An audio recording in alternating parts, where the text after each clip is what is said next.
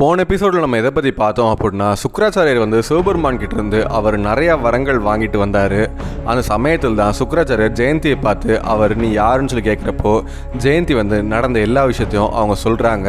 உங்களோட மனைவியாக நான் இருக்கேன், உங்களுக்கு பதிவிரதையாக இருந்ததுனால தான் உங்கள் கூடவே இருந்து உங்களுக்கான எல்லா சேவைகளும் செஞ்சு நீங்கள் இந்த தவத்தை வெற்றிகரமாக முடிக்கிறதுக்கு நான் அவங்க கூடவே இருந்தேன். இப்போ நான் அவங்க கூட சேர்ந்து இல்வாழ்க்கையில் வாழணும் அப்படின்னு சொல்லி ஆசைப்படுறேன் அப்படின்னு சொல்லி கேட்குறாங்க. அப்போ சுக்ராச்சாரியர் சொல்கிறாரு, யார் கண்ணுக்கும் தெரியாமல் 10 ஆண்டு காலம் அவன் கூடவே இருந்து நான் இல்வாழ்க்கையை அனுபவிச்சு தரேன் அப்படின்னு சொல்லி அவர் சொல்கிறாரு. இதை கேட்டு ஜெயந்தியும் ரொம்ப சந்தோஷப்படுறாங்க.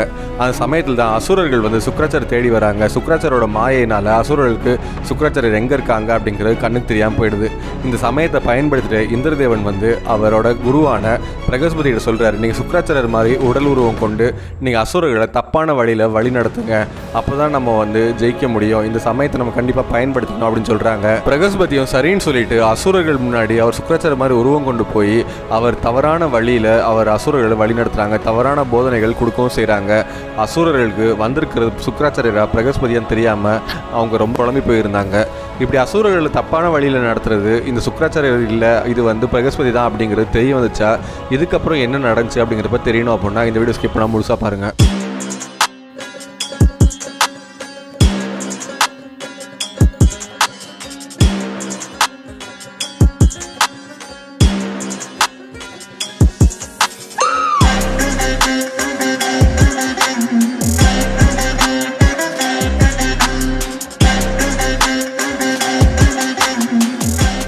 சுக்ராச்சாரியர் அவரோட தவத்தை முடிஞ்சதுக்கப்புறம் அவர் சிவபெருமான்கிட்டருந்து வர வாங்கினதுக்கப்புறம் அவங்க வந்து ஜெயந்தி ஆசைப்பட்ட மாதிரி ஜெயந்திக்காக ஒரு மிகப்பெரிய ஆசிரமம் வச்சு அங்கே ஜெயந்தி கூட 10 ஆண்டு காலம் அவங்க ரொம்ப சந்தோஷமாக வாழவும் செஞ்சாங்க. அந்த சமயத்தை பயன்படுத்திட்ட தேவர்கள் வந்து பிரகஸ்பதியை வந்து நீங்கள் சுக்ராச்சாரியர் மாதிரி உருவம் கொண்டு நீங்கள் அசுரர்களுக்கு தவறான போதனைகள் கொடுத்து அவங்களை தவறான வழியில் நடத்துங்க, இதனால் அசுரர்களை நம்ம ஜெயிக்கிறதுக்கு ஏதாவது ஒரு வாய்ப்பு கிடைக்கலாம் அப்படின்னு சொல்லி இந்திரதேவன் வந்து பிரகஸ்பதிட்டு சொல்கிறாங்க.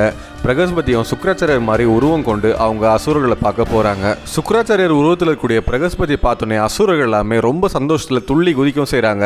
அவங்க சுற்றி வந்து பிரகஸ்பதியை, அதாவது சுக்ராச்சாரியர் உருவத்தில் இருக்கக்கூடிய பிரகஸ்பதியை வந்து வணங்கவும் செய்கிறாங்க. அப்போது சுக்ராச்சாரியர் உருவத்தில் இருக்கக்கூடிய பிரகஸ்பதி சொல்கிறாரு, அசுரர்களே எதுக்கும் பயப்படாதீங்க, நான் சிவபெருமான்கிட்டருந்து நிறைய வரங்கள் வாங்கிட்டு வந்திருக்கேன், நிறைய மந்திர உபதேசங்கள் பெற்று வந்திருக்கேன், அந்த மந்திர உபதேசத்தை பூரா உங்களுக்கு நான் சொல்லித்தரேன், நீங்கள் அதை பெற்றுக்கொண்டு நீங்கள் சக்தி வாய்ந்தவங்களாக மாறி அசுரர்களை அழிக்கணும், அதுதான் எனக்கு வேணும் அப்படின்னு சொல்லி சொல்கிறாங்க. இதை கேட்ட உடனே அசுரர்கள்லாம் அவங்க பூரிச்சு போகிறாங்க. அவங்க ரொம்ப சந்தோஷத்தோட அவங்க சொல்கிறாங்க, எங்கள் கஷ்டத்தெல்லாம் தீர்க்கறதுக்கு வந்திருக்கேன் எங்கள் குருநாதரே, உங்களுக்காக தான் நாங்கள் இத்தனை வருஷமாக காத்துட்ருக்கோம், இந்த அசுரர்களை அழிச்சே தீரணும் அப்படின்னு சொல்லி அவங்க சொல்கிறாங்க. அப்போ அந்த சுக்ராச்சாரியர் உருவத்தில் இருக்கக்கூடிய பிரகஸ்பதியை வந்து அதுக்கு தான் நான் வந்திருக்கேன், நான் உங்களுக்கு மந்திரங்கள் சொல்லித்தரேன் அப்படின்னு சொல்லிட்டு அவர் சொல்லவும் செய்கிறாங்க. அசுரர்கள் எல்லாமே ரொம்ப சந்தோஷத்தோடு இருக்கவும் செய்கிறாங்க. இப்படியே வந்து நாட்களும் வருடங்களும் ரொம்ப வேகமாக கழிஞ்சிட்டு இருக்கு. அந்த சமயத்தில் பார்த்தோம் அப்படின்னா சுக்ராச்சாரியர் வந்து ஜெயந்திக்கு சொன்ன அந்த 10 ஆண்டு காலம் அப்படிங்கிறது நிறைவடைஞ்சிருச்சு. அதனால சுக்ராச்சாரியர் வந்து ஜெயந்தியை பார்த்து சொல்கிறாங்க, மனைவியே நான் உனக்கு வாக்களித்த அந்த 10 ஆண்டு காலம் அப்படிங்கிறது முடிஞ்சிருச்சு, இந்த 10 ஆண்டு காலம் கூட இல்வாழ்க்கையில் இருந்து உனக்கு பிடித்த எல்லா விஷயமும் நான் செஞ்சேன்னு நான் நினைக்கிறேன். இப்போ நான் என்னோட சீடர்களான அசுரர்கள்ட்ட போய் அவங்களோட கஷ்டத்தை வந்து தீர்க்கணும், ஏன்னா அவங்க எனக்காக எதிர்பார்த்து காத்துட்ருப்பாங்க, அவங்கள ரொம்ப நாள் காக்க வைக்கக்கூடாது, தேவர்கிட்ட இருந்து நிறைய கஷ்டங்களை அனுபவிக்க விடக்கூடாது, நான் வந்து போனால் தான் அவங்களுக்கு வந்து விடிவு காலம் அப்படிங்கிறது வரும், நான் தான் போய் அவங்கள காப்பாற்றணும், அதனால் நான் என்னோடய சீடர்களை பார்க்க போகிறேன் அப்படின்னு சொல்லி சுக்ராச்சாரியர் சொல்கிறாங்க.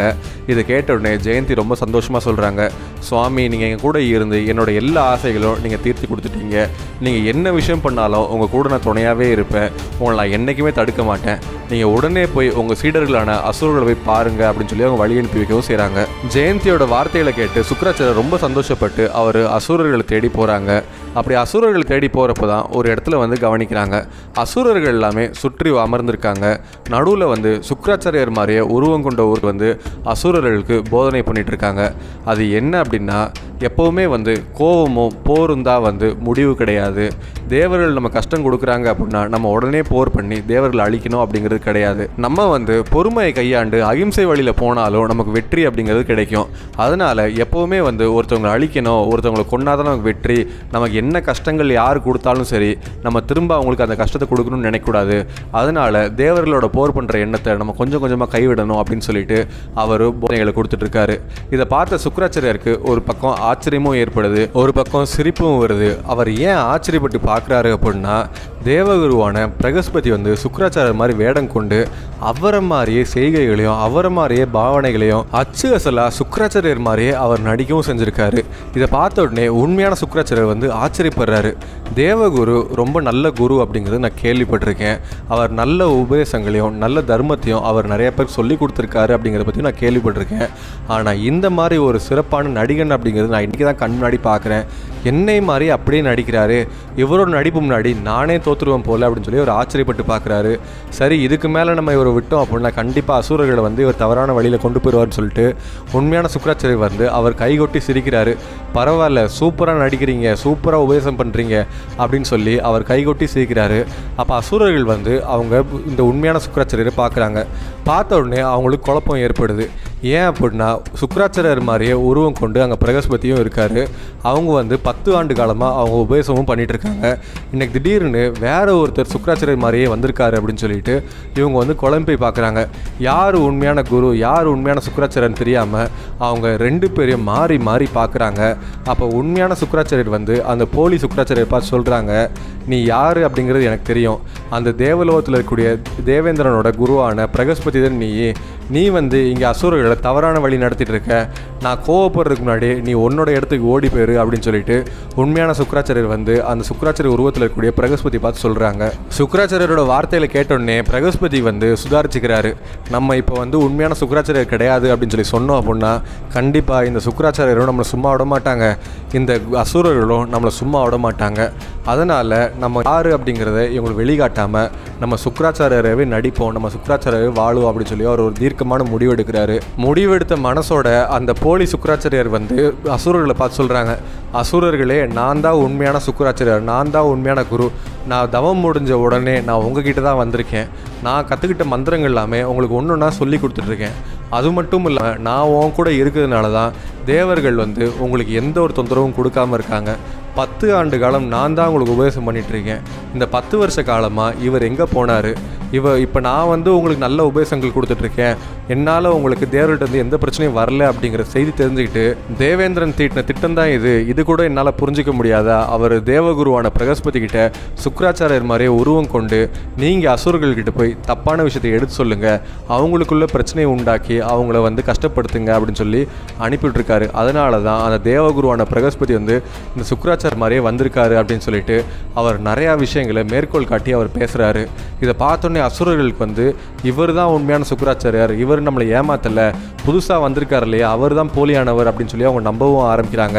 அப்போ உண்மையான சுக்கராச்சாரியர் வந்து அவர் எவ்வளவோ எடுத்து சொல்கிறாரு. இல்லை நான் தான் உண்மையான சுக்கராச்சாரியார், நான் வந்து உங்களுக்காக 1000 வருஷம் தலைகீழான்னு தவம் பண்ணியிருக்கேன், சிவபெருமான்கிட்ட இருந்து நிறையா மந்திர உபதேசங்கள்லாம் பெற்று வந்திருக்கேன், நான் உங்களை ஜெயிக்க வைக்கிறேன், நீங்கள் தவறான வழியில் போகாதீங்க, உங்களை அவர் ஏமாற்றி முட்டாளாக்கிட்டு இருக்காருன்னு சொல்லி அவர் எவ்வளவோ சொல்கிறாரு. ஆனால் அசுரர்களுக்கு வந்து அவர் மேலே நம்பிக்கை வரல. நீங்கள் போலியான சுக்கராச்சாரியர் தான் எங்களுக்கு தெரியுது, உங்கள் பேச்சில் இருந்தே தெரியுது, எங்களுக்கான விஷயம் எங்களுக்கான நன்மை செய்கிற மாதிரி நீங்கள் பேசி எங்களை ஏமாத்துறீங்க அப்படின்னு சொல்லிட்டு.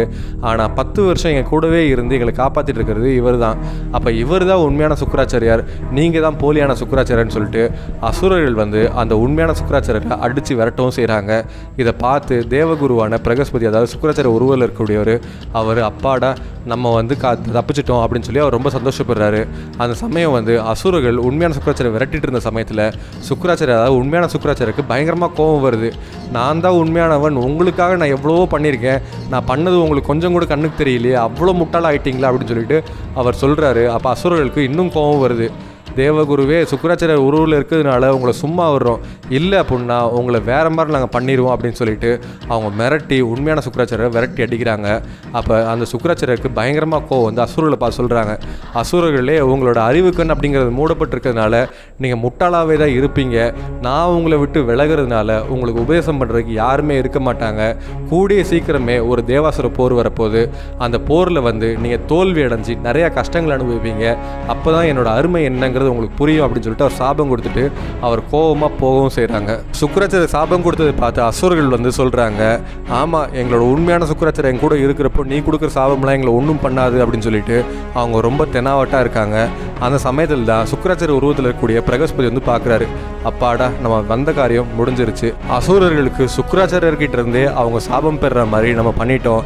இதுக்கப்புறம் நம்ம அசுரர்களோட இருந்து நம்ம என்ன பண்ண போகிறோம், நம்ம தேவலோகம் கிளம்பலாம் அப்படின்னு சொல்லிட்டு கொஞ்சம் கொஞ்சமாக அந்த சுக்கிராச்சாரிய உருவத்தில் இருக்கக்கூடிய பிரகஸ்பதி அசுரர்களை விட்டு விலக ஆரம்பிக்கிறாரு. கடைசியில் அவர் அசுரர்களை விட்டு மொத்தமாக விலகி அவர் தேவலோகம் போகவும் செய்கிறாங்க. தேவகுருவான பிரகஸ்பதி தேவலோகத்துக்கு வந்து தெரிஞ்ச உடனே இந்திரனுக்கு பயங்கரமாக சந்தோஷம் ஏற்படுது. அப்போ அவர் குருநாதரை பார்த்து கேட்குறாங்க, குருவே போன காரியம் என்ன ஆச்சு, ஏதாவது நல்ல விஷயம் இருக்கா அப்படின்னு சொல்லி கேட்குறாங்க. பிரகஸ்பதி நடந்ததெல்லாம் எடுத்து சொல்லி, நான் போன காரியம் ரொம்ப சுலபமாக நடந்துருச்சு, நல்ல வேலை எனக்கு நடிப்பு தன்மை அப்படிங்கிறது நல்லா இருந்ததுனால அசுரர்களை சாதுரியமாக நடித்து அவங்கள ஏமாற்றிட்டேன். எங்கே உண்மையான சுக்கிராச்சாரியர் வந்தோன்னு நான் மாட்டிக்கணும்னு நினச்சேன். ஆனால் இந்த முட்டாள் அசுரர்கள் என்னை தான் உண்மையான சுக்கிராச்சாரியர் நினச்சிட்டாங்க. அவங்கள நான் நம்ப வச்சு நான் என்னோடய காரியத்தை சாதிச்சுக்கிட்டேன். இதுதான் உனக்கு சரியான நேரம். இப்போ அசுரர்களுக்கு சுக்கிராச்சாரியர்கிட்டருந்தே சாபம் வந்திருக்கு. அதனால் அவங்க தலைகீழாக நின்று போர் பண்ணால் கூட தேவாசுர போரில் வெற்றி பெற முடியாது. உடனே நீ உன் தேவ வீரர் எல்லாத்தையும் கூட்டிக்கிட்டு நீ தேவாசுர போரை அறிவிச்சிரு. அந்த போரில் அசுரர்கள் தோல்வி ஏற்படும். அந்த போர் வெற்றி அப்படிங்கிறது இது வரைக்கும் தேவரோட வாழ்க்கையில் காணாத அளவுக்கு ஒரு மாபெரும் வெற்றியாக இருக்கணும். இந்த வெற்றியின் மூலயமா அசுரர்கள் அடுத்த முறை தேவர்களை பார்த்தாலே பயம் ஏற்படணும். அந்த மாதிரி ஒரு போரை நீ பண்ணணும். இதுதான் சரியான சமயம், நீ உடனே தயாராகு அப்படின்னு சொல்லி தேவகுருவான பிரகஸ்பதி சொல்கிறாரு. இதை கேட்ட உடனே இந்திரதேவனுக்கு பயங்கரமாக சந்தோஷம் ஏற்படுது. நம்ம போரில் போகிறதுக்கு முன்னாடி நமக்கு வெற்றி அப்படிங்கிறது தெரிஞ்சிருச்சுன்னு சொல்லிட்டு இந்திரன் தேவர்களை மொத்தமாக அழைச்சிக்கிட்டு அவர் மிகப்பெரிய போர்ப்படையை தயார் பண்ணவும் செய்கிறாங்க. தேவர்கள் ஆரவாரமாக போர்ப்படையை தயார் பண்ணிட்டு இருந்த செய்தி அசுரர்களுக்கும் தெரிய வருது. அப்போ தான் அவங்க யோசிக்கிறாங்க, ஆஹா நமக்கு குருவாக நம்மளை ஏமாத்தினது அந்த தேவகுருவான பிரகஸ்பதி தான் போல. நம்ம உண்மையான குருநாதர் நம்மக்கிட்ட எவ்வளோ சொல்லி பார்த்துருக்காரு, நம்ம தெரியாமல் இவ்வளோ அசிங்கமாக இவ்வளோ கேவலமாக அவர் நடத்திருக்கமே, நம்ம எவ்வளோ பெரிய தப்பு பண்ணிட்டோம் அப்படின்னு சொல்லிட்டு அசுரர்கள் வருத்தப்படுறாங்க. இவங்க வருத்தப்பட்டு இருந்த சமயத்திலே தேவர்கள் தேவாசுர போரை அறிவிக்கவும் செய்கிறாங்க. தேவர்கள் தேவாசுர போரை அறிவித்ததை கேட்ட உடனே அசுரர்கள் எல்லாமே பயந்து போகிறாங்க, நடுநடுங்கி போகிறாங்க.